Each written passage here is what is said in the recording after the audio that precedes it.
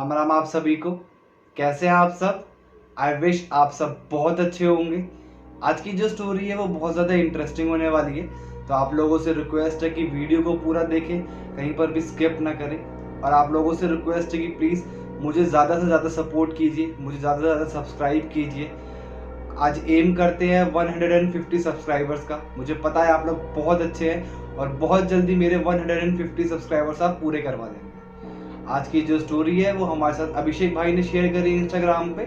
और अगर आपके पास भी कोई हॉरर किस्सा है जो कि आप मेरे साथ शेयर करना चाहें, तो यहाँ पे मेरा इंस्टाग्राम का हैंडल आ रहा होगा, डिस्क्रिप्शन में लिंक है।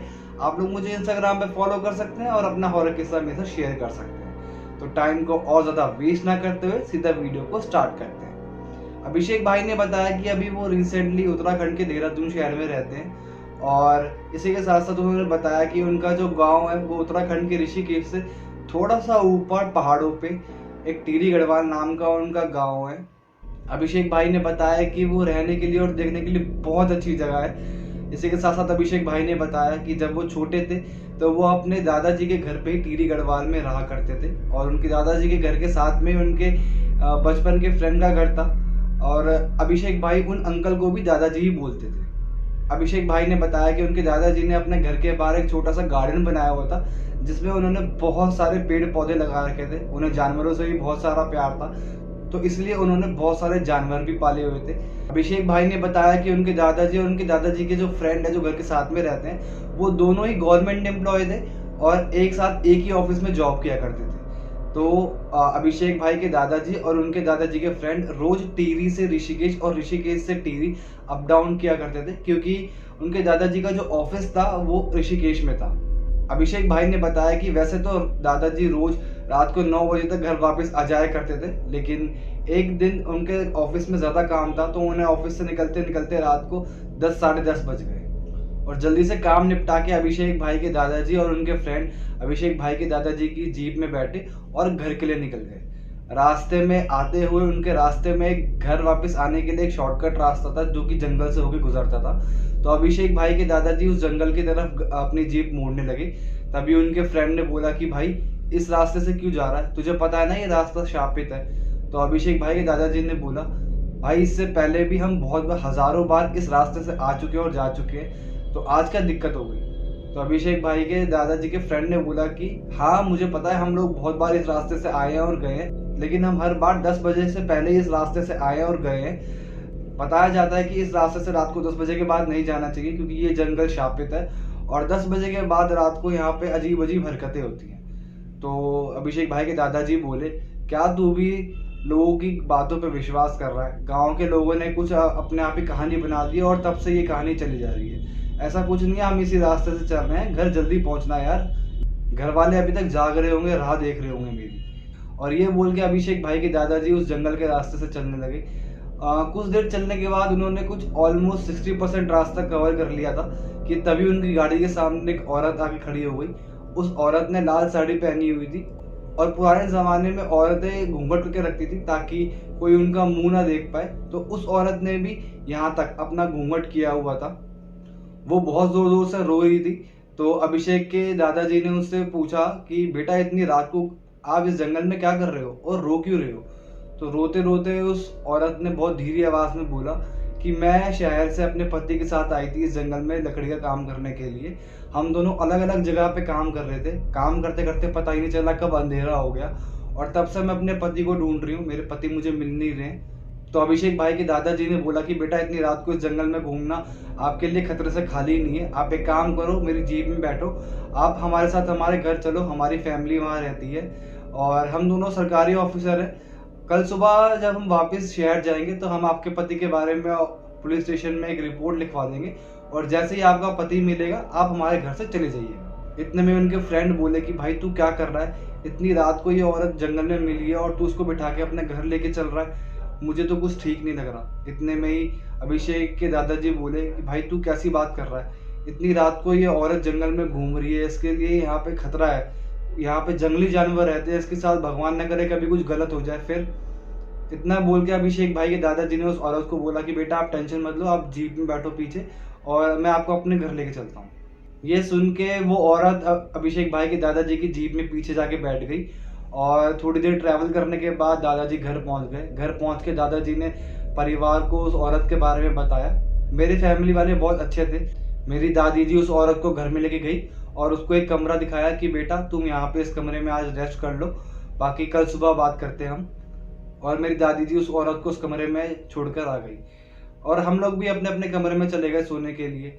गांव के जो लोग होते हैं उनको मोस्टली सुबह जल्दी उठने की आदत होती है, तो मेरे दादाजी को भी यही आदत थी। वो रोज सुबह 4 बजे उठ जाया करते थे। अगले दिन भी वो सुबह 4 बजे उठे और अपना बाहर चले गए गाय से दूध निकालने के लिए। वो गाय से दूध निकाल ही रहे थे कि उन्होंने ध्यान दिया कि उनकी 6 बकरियों में से 2 बकरियां गायब हैं। उन्होंने पूरे घर वालों को सबको उठाया और उस सबसे पूछा कि 2 बकरियां कहाँ पे हैं। दादी जी ने बोला कि कल शाम को तो मैंने इन दोनों को बांध के यहाँ पे खड़ा किया था, ये कहाँ गायब हो गई। तो दादाजी को लगा कि 2 बकरियों की रस्सी ढंग से नहीं बंधी, इसलिए वो घर से बाहर चली गई। दादाजी ने हम सबको बोला कि सब लोग जाओ इधर उधर ढूंढो और उन दोनों बकरियों को वापस लेकर आओ। ऐसा ही सबने किया। हम सब इधर उधर ढूंढने लगे उन बकरियों को। 2-2.5 घंटे ढूंढने के बाद हम लोग घर वापस आ गए, लेकिन हमें वो बकरियां नहीं मिली। और उस समय दादाजी ने एक चीज और नोटिस करी कि उनके जो पेड़ पौधे हैं वो एकदम से सूखने लगे हैं, पीले पड़ने लगे। तो दादाजी को लगा शायद मौसम चेंज होने की वजह से ये सब हो रहा है, और दादाजी अपना रेडी हुए और अपना ऑफिस के लिए निकल गए। शाम को जब दादाजी वापस आए तो उन्होंने देखा कि घर में किसी की भी तबीयत ठीक नहीं थी। किसी को फीवर था, किसी को वॉमिटिंग हो रही थी, किसी को बॉडी पेन था। हम हर किसी पर्सन की कुछ ना कुछ तबीयत खराब हो रखी थी। तो दादाजी ने फिर उस औरत को बोला कि बेटा यहाँ तो आज सबकी तबीयत खराब है, आप एक काम करो आज खाना आप ही बना दो। वो औरत ने कुछ नहीं बोला और वो सीधा रसोई में चली गई खाना बनाने के लिए। और दादाजी हम सबके ऊपर चिल्लाने लगे कि मैंने तुम लोगों को कितनी बार मना करा है कि शाम को ठंडा मत खाया पिया करो। कर रही ना सबने एक साथ अपनी तबीयत खराब।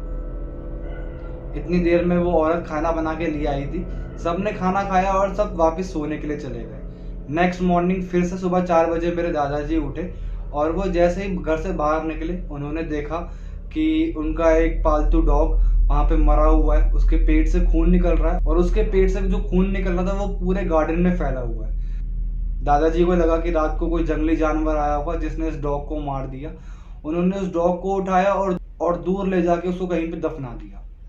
दादाजी जब घर वापस आए तो उन्होंने फिर से देखा कि उनके जो पेड़ पौधे हैं वो कल से ज़्यादा सूख चुके हैं, कल से ज़्यादा पीले पड़ चुके हैं। उनको यही लग रहा था कि शायद मौसम चेंज हो रहा है, इसकी वजह से ये हमारे पेड़ पौधे जो है वो मुरझा रहे हैं और धीरे धीरे सूख रहे हैं। दादाजी को उस दिन जल्दी ऑफिस पहुंचना था, उन्हें कुछ ऑफिस में काम था, तो जल्दी से रेडी हुए और ऑफिस के लिए निकल गए। शाम को घर वापस आते हुए वो मार्केट से कच्चा चिकन ले आए थे हम सब के लिए, क्योंकि उनको पता था कि हम सबकी तबीयत खराब है, खाना तो बनाना ही होगा आज अभी। तो इसीलिए वो हम सब के लिए कच्चा चिकन ले आए। घर पे आए तो उन्होंने ये देखा कि हाँ हम सबकी तबीयत पहले से और ज़्यादा खराब हो चुकी है। तो दादाजी ने उस औरत को बोला कि बेटा इन सबकी तबीयत तो खराब है, आप एक काम करो, ये कच्चा चिकन है, आप इस चिकन को बना लो ताकि ये लोग इस चिकन को खाएं और अपने शरीर में थोड़ी जान बना लें। उस औरत ने कुछ नहीं बोला, उनके हाथ से चिकन की थैली ली और किचन में चली गई चिकन बनाने के लिए। दादाजी गार्डन में बैठे हुए थे कि तभी उनको याद आया कि उन्हें उस औरत से बात करनी थी, उसके पति के बारे में थोड़ी और डिटेल्स पूछनी थी, क्योंकि जो डिटेल्स उस औरत ने अपने पति के बारे में बताई थी उसके मुताबिक तो पुलिस वालों को कोई ऐसा इंसान मिल नहीं रहा था ऋषिकेश में। तो दादाजी गार्डन से उठे और किचन की तरफ चले गए उस औरत से बात करने के लिए। दादाजी जैसे ही किचन में पहुंचे, किचन का हाल देख के उनकी आंखें फटी की फटी रह गई। उन्होंने देखा कि वो औरत किचन के ऊपर बैठी हुई है और कच्चा चिकन खाई जा रही है। दादाजी ने देखा कि इस बार उसके सर से पल्लू हटा हुआ है और उसका मुंह देख के दादाजी दंग रह गए, क्योंकि उसका मुंह पूरा सड़ा हुआ था और वो चिकन खाई जा रही थी। दादाजी उसकी पीठ के पीछे खड़े हुए थे तो उसको पता नहीं चला। इतने में दादाजी ने चूल्हे के नीचे से जलती हुई एक लकड़ी उठाई और उससे उस औरत को मारना शुरू करा। जैसे ही उसको मारना शुरू करा वो औरत एकदम से जलने लगी और चिल्लाते चिल्लाते घर से बाहर भाग गई। वो इतनी तेज चिल्ला रही थी कि हम लोग भी अपने अपने कमरे से बाहर निकल के आ गए और उसकी आवाज़ सुन के अड़ोसी पड़ोसी भी इकट्ठे हुए। जैसे उन्होंने उस औरत को देखा वो उसको मारने के लिए उसके पीछे भागे। औरत रोड पे भागते भागते खाई से नीचे कूद गई। उसके बाद सब लोग बैठ के बात करने लगे और उस दिन मुझे पता चला कि उस जंगल के अंदर कुछ साल पहले एक औरत अपने पति के साथ लकड़ी का काम करने आई थी और काम करते करते रात को अंधेरा हो गया। उन्हें जंगल से बाहर निकलने का रास्ता नहीं मिला। 2-3 दिन तक वो जंगल में ही भटकते रहे, रास्ता ढूंढते रहे बाहर निकलने का। भूखे प्यासे पूरे जंगल में घूमते रहे और उसके बाद उस औरत ने भूख की वजह से अपने पति को ही मार दिया और उसका कच्चा मांस खाने लगी। तभी जंगल में एक शिकारी आया था शिकार करने के लिए। उसने जैसे देखा कि एक औरत इंसान का कच्चा मांस खा रही है, उस शिकारी ने उस औरत को मार दिया वहीं पे गोली मार के। तब से बोला जाता है कि वो औरत बहुत लोगों को उस जंगल के अंदर दिखाई दे चुकी है और उस औरत के जाते साथ ही हमारे घर में सबकी तबीयत ठीक होने लगी। हमारे पेड़ पौधे जो मुरझा रहे थे वो वापस ठीक होने लगे। लेकिन ये सिलसिला यहीं नहीं रुका। इसके बाद भी उस जंगल के अंदर वो औरत बहुत लोगों को दिखाई दी। तो लोकल लोगों ने डिसाइड किया और उन्होंने उस जंगल का आने जाने का जो रास्ता था वो बंद कर दिया।